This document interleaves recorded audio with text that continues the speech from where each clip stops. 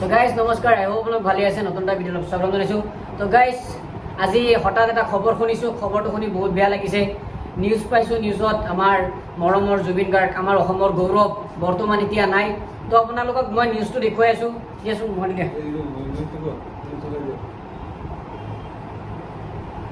আপোনাৰ নিউজ পাই আছোঁ, চাই লওক আপোনালোকে। আপোনাৰ ভালকৈ ফ'কাছ হোৱা নাই, কিন্তু বৰ্তমান জুবিন গাৰ্গ নাই। তো বহুত বেয়া লাগি আছে। হঠাৎ এনেকুৱা হ'ব বুলি আমি ভাবা নাছিলোঁ কেতিয়াও। আৰু শুনিছোঁ যে নিউজত কৈ আছে যে কিবা এক্সিডেণ্টৰ কাৰণে এনেকুৱা হৈছে, কিন্তু বহুত দুখ লগা কথা। জুবিন গাৰ্গ আৰু নাই। ইমান মৰমীয়া মানুহবোৰক হেল্প কৰিছিল যুগে যুগে, তেখেত আৰু আমাৰ মাজত নাই। চ' গাইজ বহুতেই বেয়া লাগি আছে। আজি মানে মোৰ মনত এনেকুৱা লাগিছে, মানে কিবা এটা আহি গৈছে যেন এনেকুৱা ফিল হৈ আছে যে পটককৈ শুনিছোঁ না যে জুবিন গাৰ্গ আৰু নাই।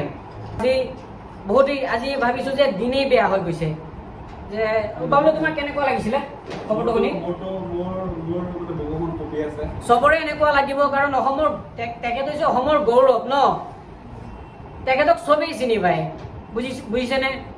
তেখেত আজি আমাৰ মাজত নাই। গাইজ মানে কি ক'ম, কি জানে, সৰুৰ পৰা তেখেতৰ গান শুনি আছোঁ, এতিয়ালৈ শুনি আছোঁ। আপোনাৰ ছেড ফিল হ'লে তেখেতৰ গান শুনো, মনত ভাল লাগিলে তেখেতৰ গান শুনো। তেখেত আজি আমাৰ মাজত নাই গাইজ। মই নিউজটো শুনি পাগলৰ নিচিনা হৈ আছোঁ গাইজ। মোৰ একদমেই ভাল লগা নাই গাইজ। হঠাৎ এনেকুৱা কেনেকৈ হ'ব পাৰে গাইজ, আমাৰ মাজত এজন মানুহ নাই। আজি মানে কি জানে, শুক্ৰবাৰ আছিলে, নমাজ পঢ়ি আহিছোঁ। নমাজ পঢ়ি আহি ভাবিছোঁ দিনটো ভাল যাব, কিন্তু হঠাৎ এনেকুৱা এটা খবৰ পাইছোঁ গাইজ। মানে এতিয়া অলপো শান্তি লগা নাই মনত। মানে মোৰ তাত যদি পইচা থাকিলে হয় গাইজ, মই এতিয়া ছিংগাপুৰ গ'লো হয়, জানে নাই আপোনালোকে? এনেকুৱা ফিল হৈ আছে গাইজ।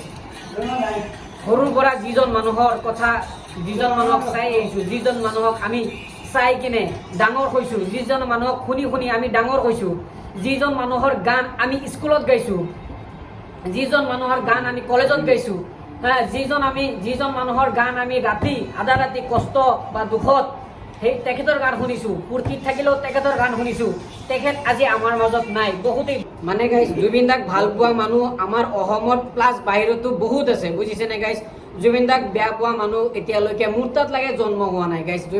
জুবিন দা এনেকুৱা এজন মানুহ, আমাৰ অসমৰ গৌৰৱ হয়, আমাৰ অসমৰ সম্পত্তি হয়।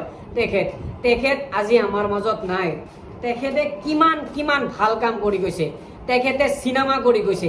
তেখেতৰ গান, আপুনি কি গান শুনিব, তেনেকুৱা গান আপুনি পাই যাব আপুনি তেখেতৰ, বুজিছেনে? তো সেইটোৱে গাইজ, বহুত বেয়া লাগি আছে। তেখেতক ইমান শুনি আছোঁ, শুনি থাকোঁ, সদায় শুনি থাকোঁ। তো মানুহবিলাক এনেকুৱাই গাইজ, এদিন ভগৱানে চবকে লৈ যায়। তেখেত আৰু আমাৰ মাজত নাই। আৰু তেখেতৰ ঘটনাটো মই শুনা মতে, নিউজত দেখা মতে এক্সিডেণ্টলি হৈছে। তো ভগৱানক আমি প্ৰাৰ্থনা কৰিম যে ভগৱানে তেখেতক ভালে থাকক। আমি দোৱা কৰিম ভগৱানে তেখেতৰ চিৰ শান্তি যেন দিয়ে, আত্মা যাতে শান্তি পায়। তো গাইজ, আপোনালোকে যোনে যোনে জুবিন দাক ভাল পায়, ভিডিঅ'টো শ্বেয়াৰ কৰিব, কমেণ্টত লিখি দিব। তো প্লিজ গাইজ, জুবিন দাৰ কাৰণে আপোনালোকে চবেই প্ৰাৰ্থনা কৰিব, তেখেত যাতে ভালে থাকে, তেখেত যাতে ভালে থাকে আৰু